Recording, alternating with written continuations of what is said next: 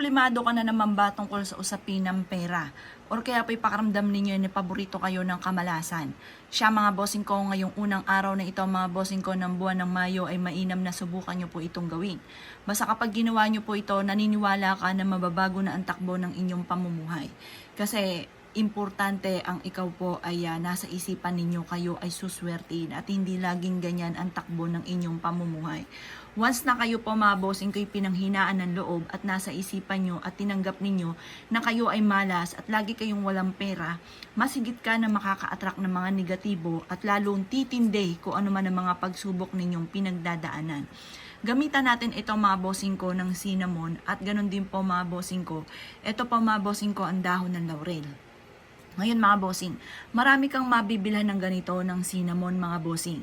Mabibili mo ito sa supermarket or kaya po sa mga online mga bossing.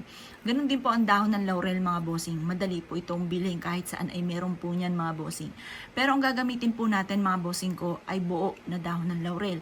Kaya pumili lamang po kayo mga bossing ko ng buo na dahon ng laurel. At pagkatapos mga bossing ko, ito yung ating cinnamon stick mga bossing ko. Pagsasamahin lamang po natin ito. At harap ka sa gawing silangan ng mga bandang alas 7 ng umaga. At pagkatapos ay i-wish na dito ang lahat ng nais ninyo. Simula na ito, ngayong buwan na ito ng Mayo, nasiksikliglig at umaapaw at maraming blessing ang darating sa akin. Kailanman ay hindi na ako mamumblema tungkol sa usapin ng pera. Maraming pera ang darating sa akin at kailanman ay hindi na ako uutang pa. Mabibili ko lahat ang pangangailangan ng aking pamilya. At i-wish na ang lahat ng gusto po ninyo.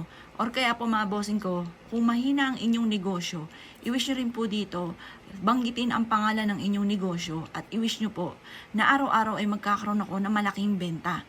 Pero mga bossing ko, sa araw-araw ng pagbubukas ng inyong negosyo, dapat po mga bossing ko ipaulit-ulit nyo sinasabi, lalo na sa umaga, na pumasok ang swerte at lumabas ang malas. At ngayong araw na ito ay magkakaroon ako ng malaking benta.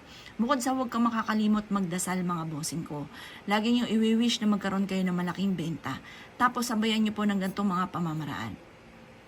Kung kayo po mga bossing ko ay naniniwala sa mga gatong mga pamamaraan at naisyo po na masigit ka na maka-attract ng swerte at mabago ang takbo ng inyo pong pamumuhay, huwag ka naman magpatumpik-tumpik pa. Gawin nyo na po ito sa umaga at mag-wish ng mula sa inyo pong puso, time-team na panalangin. At pagkatapos pong ninyong mag-wish, ibabad nyo po ito hanggang alas 8 ng umaga. At pagkatapos, ilagay sa inyong bag or kaya po ilagay sa ilalim ng inyo pong unan. Habang kayo natutulog, bibigyan kayo ng proteksyon po nito.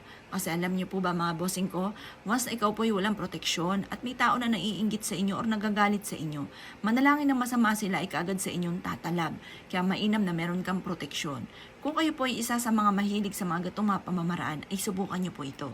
Kung nais nyo magbago mga bossing ko ng pampaswerte, matapos nyo po itong gawin, mas mainam na sunugin nyo po ito kapag magpapalit na kayo ng mga pampaswerte.